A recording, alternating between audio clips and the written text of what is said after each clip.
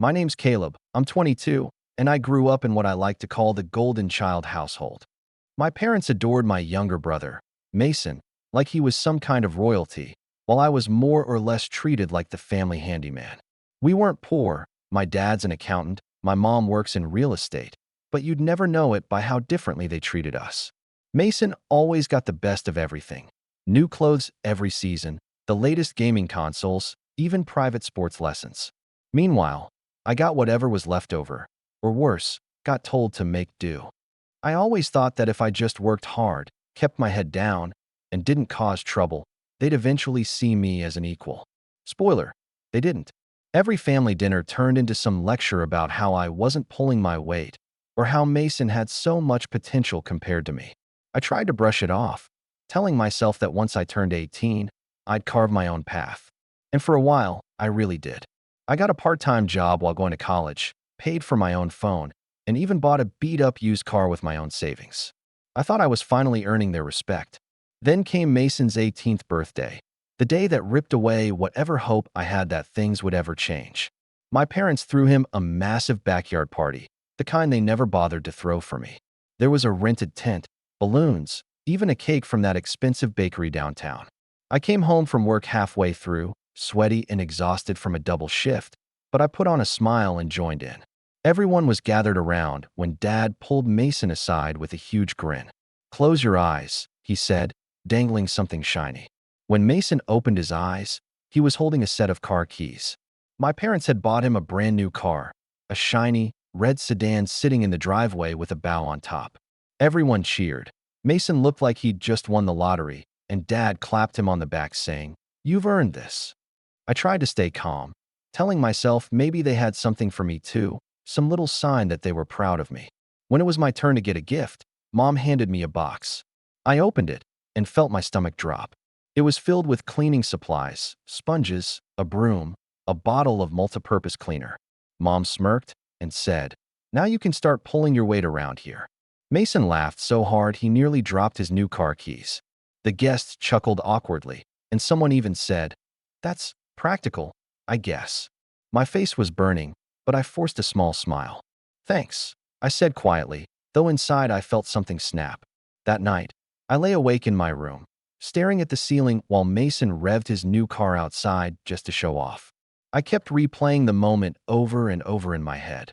The look on Mom's face, the way Dad beamed with pride at Mason, the sound of their laughter at my expense. It wasn't just about the car. It was about years of being treated like an afterthought. By midnight, I'd made up my mind. I packed a duffel bag with my clothes, grabbed the small lockbox of cash I'd been saving from work, and slipped out the front door. I didn't leave a note. I didn't tell anyone where I was going. The next morning, my phone buzzed with a text from Mom. "When are you coming back?" No apology. No explanation. Just the assumption that I'd eventually crawl back like always.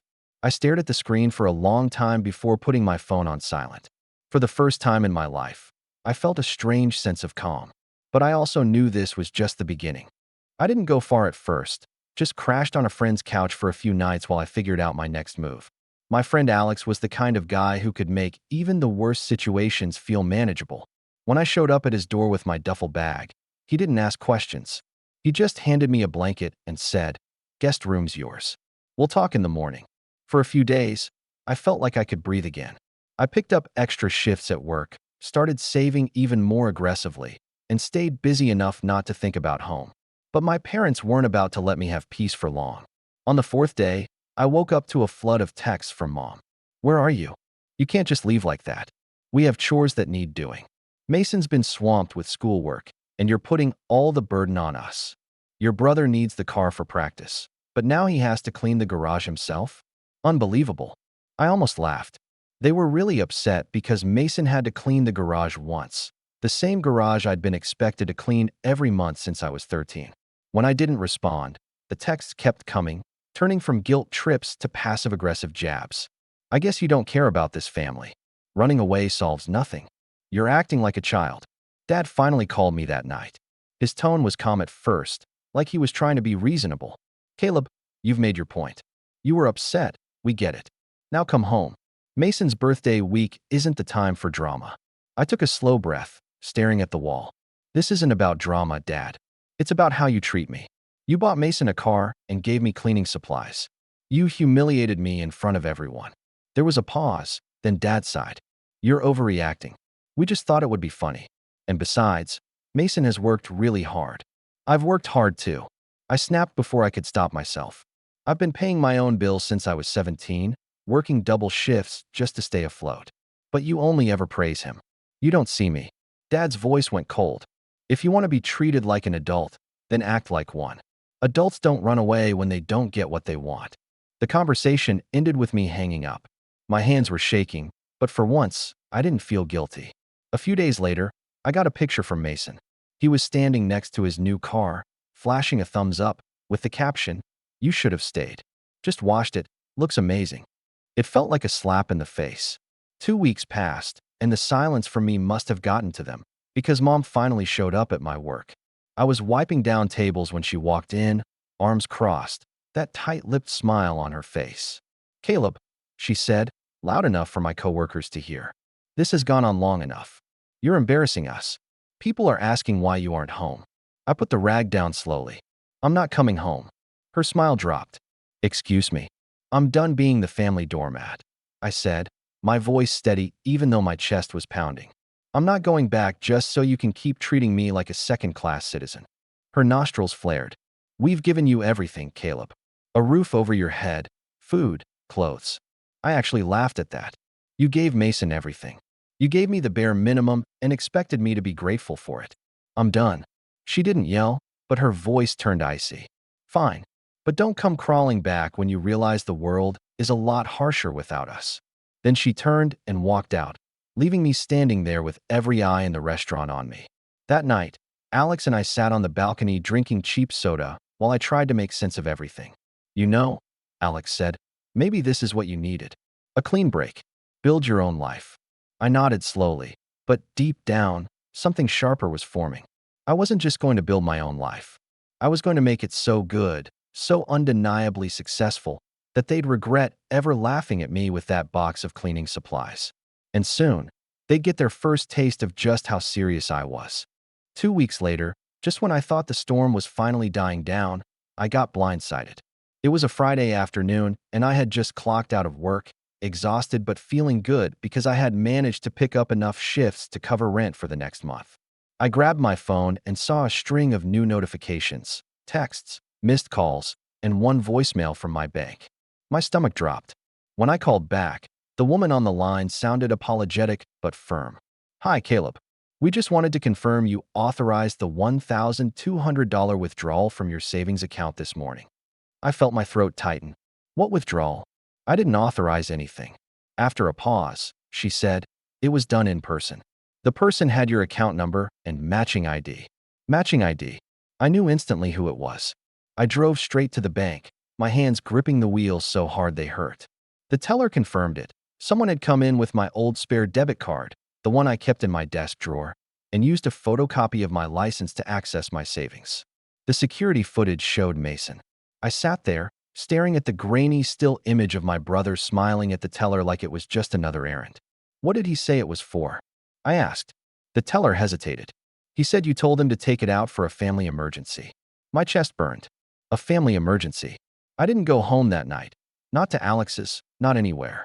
I just sat in my car at an empty gas station parking lot until almost 2 a.m., trying to wrap my head around it. Mason hadn't just taken my money. He had pretended to be me. And my parents had clearly helped him. There was no way he had a copy of my license without their involvement. When I finally turned my phone back on, there were new messages waiting for me. From Mom. "We used some of your savings to pay Mason's insurance and registration. You weren't using it anyway." From Dad. "Be grateful we didn't touch the rest. This is what family does. We help each other out." I couldn't breathe. "Be grateful?" I typed and deleted half a dozen replies before finally sending. "That money was for school. You had no right." Mom responded almost immediately. "Don't be dramatic. You're living rent-free with friends, aren't you? Stop acting like a victim. Mason needs that car to get to practice." That was the moment something inside me truly broke. This wasn't just favoritism anymore. This was theft, dressed up as family helping family. They didn't just see me as less important. They saw me as a resource to be used whenever they pleased. The next morning, Mason sent me a selfie with his car, this time with a brand new set of custom rims. "Thanks, bro," the caption read, followed by 3 laughing emojis. My hands shook as I stared at the screen. There it was, the final confirmation that they didn't take me seriously, that they thought they could keep crossing lines without consequences. I didn't reply. Instead, I started researching how to freeze my account, change my banking information, and make sure not a single cent of mine could ever be touched without my permission again. But as much as I tried to stay calm and rational, I couldn't shake the image of Mason walking into the bank with my ID, grinning as he drained my savings like it was nothing. That image played on a loop in my head, fueling something new: resolve. I wasn't just going to cut them off. I was going to make sure they understood what it felt like to be powerless, to have something important taken away from you, and to know there was nothing you could do to get it back. And for the first time, I started to think not just about leaving them behind, but about revenge. After the bank incident, everything felt heavier: my shifts at work, my mornings, even simple conversations with Alex. I had enough money left to keep myself afloat, but watching my savings disappear overnight cut deeper than I expected. That money was my safety net, my one step toward independence, and now it was gone because my parents and brother decided Mason's new rims were more important than my future. I started running on fumes. I'd lie awake at night staring at the ceiling of Alex's guest room, doing mental math over and over, wondering how I was going to keep up with tuition next semester. Every time I'd start to drift off, I'd see Mason's smug selfie again, those 3 laughing emojis flashing like neon signs in my brain. At work, I was quieter. My manager even pulled me aside one night. "You doing okay, man? You look tired." I forced a small smile and lied. "Just a lot going on." The truth was, I felt like I was sinking. My parents weren't just ignoring me anymore. They were actively making my life harder. I got a notice from my health insurance company saying my coverage was suspended because the primary policyholder hadn't paid the premium. Turns out my dad had removed me from the family plan without warning. When I called him, his response was cold. "You wanted to be independent, so pay for your own insurance. Adults do that." I didn't argue. I just stared at my phone for a long time after the call ended, feeling my chest tighten until it almost hurt. That weekend, I went back to my childhood home for the first time since leaving. Not to talk, just to get my stuff. Alex came with me, mostly for backup, and we drove there in silence. When we pulled up, Mason's car was front and center in the driveway, gleaming like a trophy. I walked past it without a word, but I couldn't stop my jaw from tightening when I saw the shiny new rims. Mom met us at the door, arms crossed. "So you finally decided to show your face." I didn't answer. I went straight to my room and started packing everything I owned into boxes: clothes, books, a few keepsakes. Mason leaned in the doorway, munching on a bag of chips, grinning. "Relax, bro," he said. "It's not like we stole all your money. You should have seen Dad. He argued with the bank about them charging a fee. Total win." I didn't even look at him. "Get out of my room." He laughed. "You can't kick me out. This is still my house." Alex stepped forward then, his voice low but sharp. He said, "Get out." Mason muttered something under his breath and left, but the smirk on his face stayed burned in my mind. By the time I was done, my room looked empty, almost foreign. Mom stood at the bottom of the stairs as I carried out the last box. "You're making a big mistake, Caleb," she said, shaking her head. "Family is all you have in this world." I stopped just long enough to meet her eyes. "Then maybe I'd rather have nothing." The words hung in the air for a long moment before I turned and walked out. That night, back at Alex's place, we stacked the boxes in the corner of the room, and I sat on the floor staring at them. It hit me all at once. This was it. There was no going back now. I had burned my last bridge. But in the quiet of that night, something shifted. I stopped thinking about what I had lost, the money, the safety net, even the family I wished I had, and started thinking about what I could build. I opened my laptop and began applying for better jobs. I searched for scholarships, grants, anything that could help me finish school without relying on my parents. I even started watching videos on budgeting and personal finance, scribbling notes in a worn notebook Alex gave me. For the first time, my anger wasn't just an open wound. It was fuel. I didn't want to just escape my family's control. I wanted to become someone they couldn't ignore. Someone whose success would make them realize, too late, that they had thrown away the best thing they had. I wasn't there yet. I was still broke, still sleeping in a borrowed room, still figuring out how to rebuild from nothing. But in that moment, I made myself a promise. One day, I'd make them regret ever handing me that box of cleaning supplies. The first few months after leaving home were brutal, but slowly, things started to shift. I landed a better job at a local logistics company after a manager saw my work ethic at the restaurant and offered to recommend me. It paid more than minimum wage, and the hours were consistent enough that I could finally breathe a little. I moved from Alex's guest room into a tiny studio apartment, barely bigger than my old bedroom, but it was mine. No one could barge in without knocking, no one could tell me what to do with my space, and no one could touch my money. I kept my head down, saved aggressively, and took every extra shift I could. At night, when I wasn't working, I was learning. Budgeting, investing, basic car maintenance, things I'd never had the chance to really focus on before. My notebook filled with plans and goals. I even got into online freelancing, taking on small projects to bring in extra cash. And bit by bit, I started to feel like I was in control of my life. Months passed, and while I didn't hear much from my parents, the few times they did text me were telling. From Mom, "You still haven't come home? Mason could really use your help around the house." From Dad, "We're disappointed, Caleb. You're letting pride ruin this family." I didn't reply. Then one evening, after a particularly long shift, I got a message from an old professor. He told me about a scholarship I qualified for and urged me to apply. I stayed up all night writing the essay, and when I got the acceptance email 2 weeks later, I nearly shouted out loud in my apartment. The scholarship covered almost all of my tuition. For the first time since leaving home, I felt free. With my savings growing and school covered, I allowed myself one small splurge, a used car. Nothing fancy, but it ran well, and it was mine. The day I drove it home, I sat in the driver's seat for a long moment before getting out, just smiling to myself. That night, Mason texted me out of the blue. "Saw you got a car. Finally catching up, huh?" I ignored him, but deep down, I knew he was keeping tabs on me, and that my progress bothered him more than he'd ever admit. A few months later, I got promoted at work. The logistics company recognized my reliability and gave me a supervisor role. It wasn't glamorous, but it meant better pay, better hours, and more respect. I could feel the distance between me and my family growing, not just emotionally, but financially, professionally, even mentally. The Caleb they used to control, the one they could guilt, manipulate, or drain whenever it suited them, was gone. But then, just as things were finally starting to look stable, they reached out again. This time with something bigger than guilt trips or demands for chores. Mom called me one evening.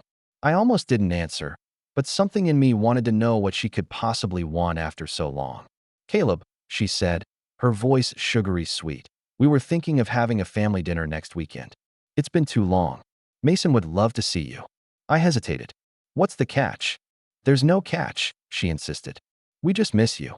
But I could hear something in her tone, that faint edge of calculation I'd grown up with. Whatever this was, it wasn't just about dinner. I hung up with a polite, non-committal answer, but my mind was already racing. They wanted something. They always did. And for the first time, instead of dreading it, I found myself almost looking forward to finding out what game they were playing. Because now, I had something I'd never had before: leverage. The family dinner was set for Saturday evening, and though every part of me wanted to ignore it, curiosity won. I needed to know what they were planning. I arrived early enough to watch from the street for a minute before going in. Mason's car was in the driveway, now with even more upgrades: tinted windows, a flashy new spoiler, and a vanity plate that literally said MVP. I almost laughed out loud. When I finally knocked, Mom opened the door like we were best friends. "Caleb," she said brightly, pulling me into a hug that felt rehearsed. "Look at you. You've been working out." I hadn't, really, but I could tell she was laying it on thick. Dad came over and clapped me on the back. "Son, good to see you." We sat down to dinner, and for a while, they pretended everything was normal. Mason bragged about his car mods, his weekend trips with friends, and some new internship Dad had helped him land. I listened quietly, focusing on my plate, until I noticed Dad exchanging a look with Mom. Finally, Dad cleared his throat. "So, Caleb, we wanted to talk to you about something important." I set my fork down slowly. I figured. He leaned forward, folding his hands like he was about to offer me a business deal. "We're in a bit of a financial bind right now. Your mom's real estate commissions have been down this quarter, And there's an upcoming payment for Mason's school and car insurance. We thought, since you're doing well for yourself now, you could pitch in. I stared at him, stunned. You want me to pay for Mason's car? Mom jumped in quickly. Not all of it. Just a few months of coverage until things settle down. You know how important that car is for him. He's got practices, interviews.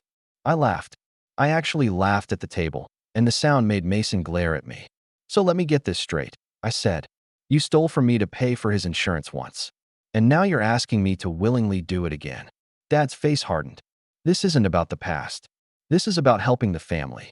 Something in me clicked in that moment. Not anger, not hurt, but clarity. They hadn't changed. They weren't going to change. And here they were, practically handing me the perfect setup. I smiled calmly. I'll think about it, I said, my tone deliberately even.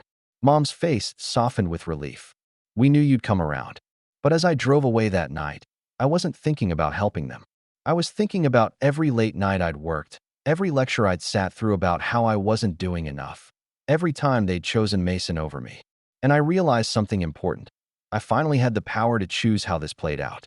I had a stable job, a growing savings account, and a level of independence they couldn't touch. I knew people now, co-workers, professors, friends, who respected me, who saw my value without conditions. If my parents wanted my help, they were going to have to see me differently. They were going to have to understand what it felt like to need me. So, over the next few weeks, I started to plan. Quietly, carefully. I looked into exactly how much debt they might be in. You'd be surprised what you can find when you know which public records to check. I learned that my parents had refinanced the house recently, pulling equity to cover Mason's car purchase and other expenses. They were stretched thin.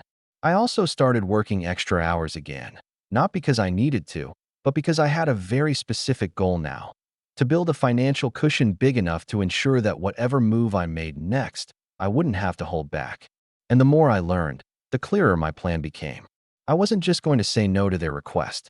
I was going to make sure they felt the weight of every single choice they had made. I didn't rush it. The beauty of revenge, I realized, is in the patience. Over the next few months, I made myself scarce. I responded to my parents' texts with vague, polite answers. Nothing they could accuse me of being rude about, but nothing that committed me to helping them either. Meanwhile, I kept building my war chest. My savings grew steadily, and I even picked up a side gig doing remote work for a small tech startup that paid surprisingly well. For the first time in my life, I wasn't just staying afloat. I was ahead. Then, one afternoon, I got a voicemail from Mom that sounded different. Her voice was tighter, strained. "Caleb, we really need to talk. It's important. Please call us back." I didn't call right away. Instead, I waited a day, then texted, "I'm free this weekend. Dinner." When I arrived, the atmosphere was different from the last time. Gone was the smugness, the forced cheerfulness. Dad looked tired, Mom was fidgeting, and Mason, for once, wasn't smirking. "We're behind on payments," Dad admitted after a long pause. "The bank is threatening to repossess Mason's car if we can't make up what we owe." I let out a low whistle, as though I were just another sympathetic bystander. "That's rough." Mom leaned forward, her tone desperate now. "Caleb, if you could just help us get through this month, we'd pay you back as soon as we can." This was the moment I had been waiting for. I smiled slowly, calmly, like I was weighing it over. "I could help," I said carefully, "but it would have to be on my terms." Dad narrowed his eyes. "What terms?" I leaned back in my chair, taking my time. "I want everything in writing. Every dollar I give you, I want a signed agreement that it's a loan. With interest. I'm not just handing money over to be used and forgotten again." Mason bristled. "That's ridiculous. We're family." I turned to him and said evenly, "Family doesn't empty your bank account without asking. Family doesn't laugh while you're humiliated in front of guests. So either we do this my way, or I walk out that door and you can figure it out yourselves." The room went dead silent. Finally, Dad exhaled slowly. "Fine. We'll do it your way." Over the next few days, I drafted a proper contract. Nothing over the top, just a legally binding agreement that spelled out exactly how much I was lending them and the timeline for repayment. I even had a lawyer friend look it over. When I brought it back for them to sign, I made sure to meet their eyes as they each put pen to paper. The power shift was palpable. For once, I wasn't the one being lectured, guilt-tripped, or manipulated. I was in control. When the transfer was done, Mason muttered something about me being dramatic, but he didn't look nearly as confident as he had months ago when he was grinning at me from the bank's security footage. And I wasn't done yet.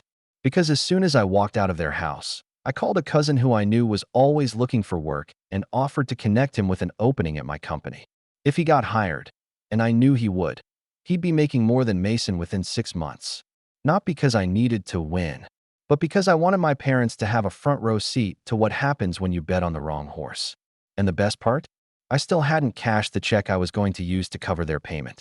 If they missed even one installment of the repayment plan, I had a perfectly legal route to escalate. One that would force them to confront, in black and white, just how far they had pushed me away. As I drove home that night, I realized something. Revenge didn't have to be loud. It didn't have to be explosive. Sometimes the most satisfying revenge is quiet, controlled, and undeniable, the kind that leaves no doubt in anyone's mind about who really holds the power now. And my parents were just starting to realize it. The first month passed, and to my surprise, they made the payment on time. For a brief moment, I wondered if maybe this experience would actually teach them something, that they'd finally treat me with the respect I'd been asking for my whole life. But by the second month, the payments came late. By the third, they stopped altogether. I didn't even get a text this time, just silence, as if they thought ignoring me would make me back down. So I followed through. I sent them a formal letter, attaching a copy of the contract they'd signed. I gave them a 14-day grace period to make the payment, or I'd pursue legal action. It wasn't a bluff. I had the contract, the proof of transfer, and a lawyer willing to back me up. The response came 2 days later in the form of a furious call from Dad. "You would really drag your own family to court over money?" I stayed calm. "It's not just money. It's respect. You signed an agreement. You don't get to pick and choose when it matters." He sputtered, cursed under his breath, and hung up on me. But a week later, the payment came through, along with the late fee I'd added per the contract terms. Word started spreading through the family after that. My aunt called me one evening, whispering, "I heard you made your parents sign a loan agreement. Is that true?" "Yep," I said without hesitation. There was a pause, then a chuckle. "Good for you." Someone needed to stand up to them. Mason, on the other hand, didn't take it so well. He showed up at my apartment one night, pounding on the door until I opened it. "You've ruined everything," he shouted. "Do you know how embarrassed I am having to tell my friends my car's barely being paid off?" I crossed my arms. "Good. Maybe you'll learn what it feels like when someone else's decisions control your life." His face went red, but he didn't say another word. He just stormed off, slamming the stairwell door hard enough to rattle the frame. By the time the final payment came through, my savings were higher than they'd ever been. I had finished school, earned another promotion at work, and was in the process of moving into a better apartment in a nicer part of town. I decided to return the favor. I invited my parents and Mason to my new place, not as a peace offering, but as closure. When they walked in, their eyes widened. Floor-to-ceiling windows, city view, sleek furniture, everything I had built without them. Mom tried to smile. "Wow, you've done well for yourself."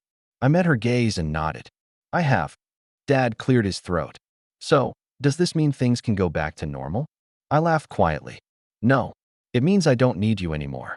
Then I turned to Mason, who looked like he wanted to sink into the floor, and said calmly, "Congratulations on the car. Hope it was worth it." I walked them to the door, opened it, and stepped aside. "Thanks for coming. We're done here." Mom hesitated, as if she wanted to say something, but I just held her gaze until she finally stepped out into the hall. When the door clicked shut behind them, the apartment was silent, but not empty. It felt full. Full of everything I'd built, everything I'd fought for, everything they thought I'd never have without them. I poured myself a glass of water, sat on the couch, and let out a slow breath. For the first time in years, I didn't feel like I was proving anything to anyone. I had won, and I knew they finally understood it, too.